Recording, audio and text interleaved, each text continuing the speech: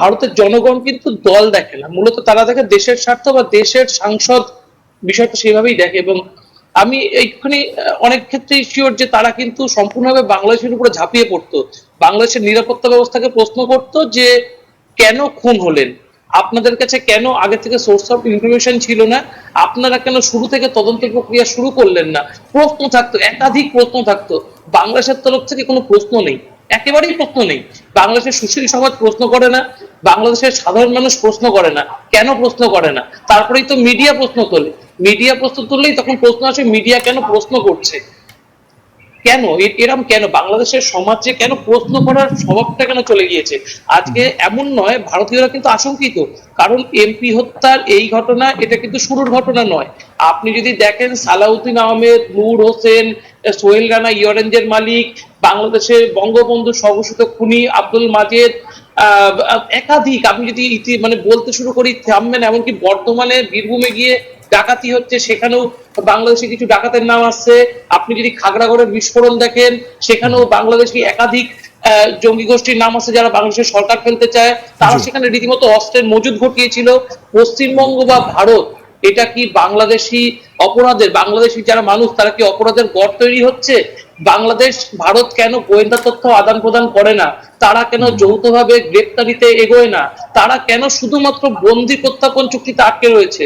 তাও বন্দি প্রত্যাপন চুক্তি এই নয় যে তারা যখন তখন চাইবে তারা নিয়ে যাবে। ভারত চাইলেই আজকের দিনে যে 3 জন গ্রেপ্তার হয়েছে বাংলাদেশে, তাদের নিয়ে এসে ঘটনার পুনর্নির্মাণ করতে পারছে না। আবার ভারতে যে গ্রেপ্তার হয়েছে তাকে জিহাদকে নিয়ে গিয়েই চাইলে ডিবি গ্রেপ্তার করতে পারছে না। ব্যারিয়ার রয়েছে, এই ব্যারিয়ার গুলো কেন সরছে না? একাধিক ক্রস বর্ডার অপরাধ হচ্ছে, বাংলাদেশের মানুষ শুধুমাত্র ওই বর্ডারে বেড়ায় যখন বিএসএফ গুলি চালায় তাই নিয়ে সোচ্চার, কিন্তু ক্রস বর্ডার, বর্ডার পেরিয়ে যখন ভারতের মাটিতে এসে বাংলাদেশের যে অপরাধগুলো সেগুলো সংঘটিত হচ্ছে, কেন তাই নিয়ে তারা সোচ্চার হচ্ছে না? এখানে বাংলাদেশেরও যেরকম ব্যর্থতা আছে, সেরকম ভারতেরও ব্যর্থতা আছে। 60 গ্রাম মাংসের টুকরো ফরেন্সিক সেন্ট্রাল ফরেন্সিক ল্যাবে পাঠানো হয়েছে, মোট 4 কেজি মাংস রয়েছে। এই 60 গ্রাম মাংস থেকে কিন্তু মূলত জানা যাবে যে মানুষের মাংস কিনা, এবং যদি সেটা নিশ্চিত হয় তারপরে এমপি সাহেবের যে মেয়ে তিনি আসবেন, তারপরে তার ডিএনএ হবে। এই ক্ষেত্রেও কিন্তু ডিএনএ টেস্টের ক্ষেত্রেও কিন্তু ধাপ আছে। শুধুমাত্র এমপি সাহেবের মেয়ের ডিএনএ পরীক্ষার পরেই কিন্তু বলে দেওয়া হবে না যে ডিএনএ পরীক্ষার সফলভাবে ম্যাচ করেছে। যেহেতু তার অন্যান্য রিলেটিভ আছে, সেক্ষেত্রে কিন্তু সেকেন্ড বার আবার ম্যাচ করা হবে। একাধিক ধাপের পরে কিন্তু শতভাগ নিশ্চিত হওয়ার পরে কিন্তু বলা যাবে যেটা এমপির মরদেহ কিনা, এবং এই কথা কিন্তু আমরা বারবার বলেছি। আমরা কিন্তু কোনোভাবেই দর্শকদের ধোঁয়াশার মধ্যে রাখার কোনোভাবেই কোনো চেষ্টা করিনি।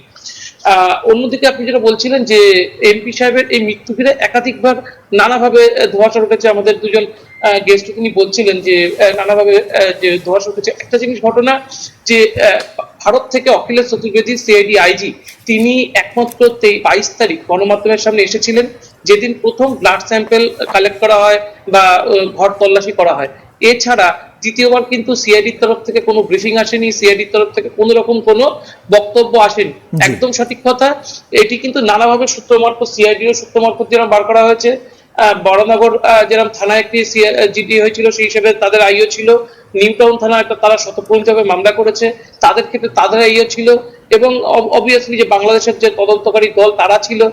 সব মিলে বিভিন্ন দিক থেকে রিপোর্টের যে সত্যতা সেটা কিন্তু যাচাই বাছাইয়ের পর তবেই কিন্তু চ্যানেল 24 এর প্রতি কটি ব্রেকিং এসেছে, প্রতি কটি খবর কিন্তু দেখানো হয়েছে। এবং একটা খবরও কিন্তু এখনো পর্যন্ত যে ভুল তথ্য সেটা সামনে আসেনি। স্যার বলছিলেন যে নেপালে সিয়াম পালিয়ে গেছে, খবরটা দেখানো হয়েছে। সিয়াম যখন নেপালে পালিয়ে যায়, সেক্ষেত্রে কিন্তু তাকে নজরবন্দি করার পরেই আমাদের কাছে এখন চূড়ান্ত খবর আছে যে তাকে নজরবন্দি করা হয়েছে, নেপাল পুলিশ তাকে নজরবন্দি করেছে।